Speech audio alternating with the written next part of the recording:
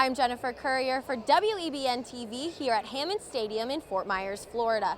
Barry Bonds has returned to Major League Baseball full-time, this time as a hitting coach for the Miami Marlins. He said he's adjusting well to his team of hard workers, but won't take any credit for their success. The March for Bernie movement is a nationwide one. Marches were also held in cities like Seattle, Dallas, and St. Louis today for voters to show their support for the Democratic candidate. Reporting for WEBN Boston at the Massachusetts State House, I'm Jennifer Currier.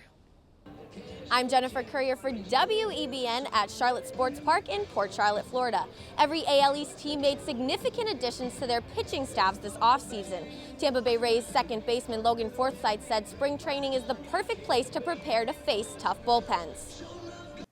Apple is at war with the FBI.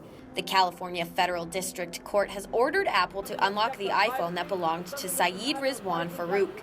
In December, Farouk killed more than a dozen people in San Bernardino, and investigators are demanding access to his phone.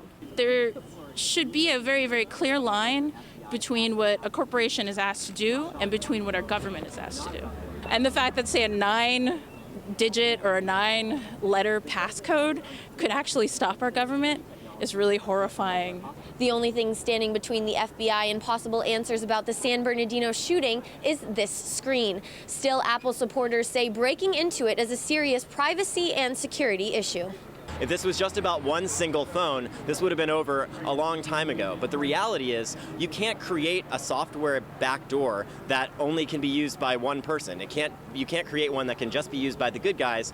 Apple CEO Tim Cook has challenged the FBI's order, arguing it's wrong for the government to make such demands on a private company. If we start setting a precedent that the government can force private companies to punch holes in those defenses, that's going to make people less safe, not more safe. This case lies in the hands of the California Court of Appeals. Whether the ruling favors Apple or the FBI, the losing side is expected to fight back, possibly all the way up to the Supreme Court. Reporting for WEBN, I'm Jennifer Currier.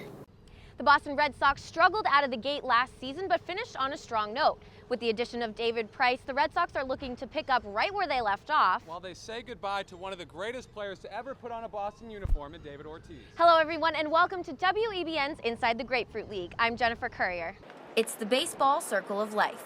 Every spring training, major league teams invite their top prospects to play in Florida. These young players go straight to work with one goal in mind, earning quality playing time this regular season. But no matter how hard they work, they can't do it alone.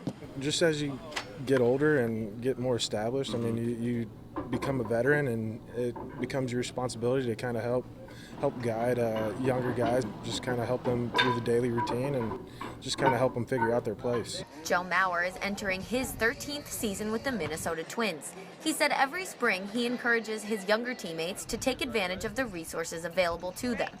That's what I kind of try to tell these young guys, to get around guys like Rod and Torrey and Tony Oliva, and the guys that come back. There's a lot to learn from those guys. They've have had a lot of success in this game, and they're here to help. They're here because they want to help and they want to be here, and we're lucky to have them. Some already know to heed this advice.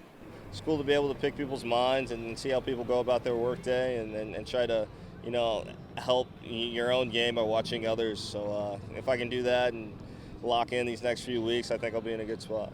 Though these young prospects are looking to some of their veteran teammates this spring, that isn't stopping them from working hard to be on the field this season. My personal goal is to be an everyday player on this team. Hopefully at the start, even if not at the start of the year, very soon after, my goal is to be in that lineup every single day. I want to make an impact at the big league level. I think that's that's why they signed me, and that's what I want to do. I want to help this organization that gave me an opportunity. This year's crop of prospects only have a few weeks left to make their impressions on the field as the regular season begins on April 3rd. From Bradenton, Florida, I'm Jennifer Currier.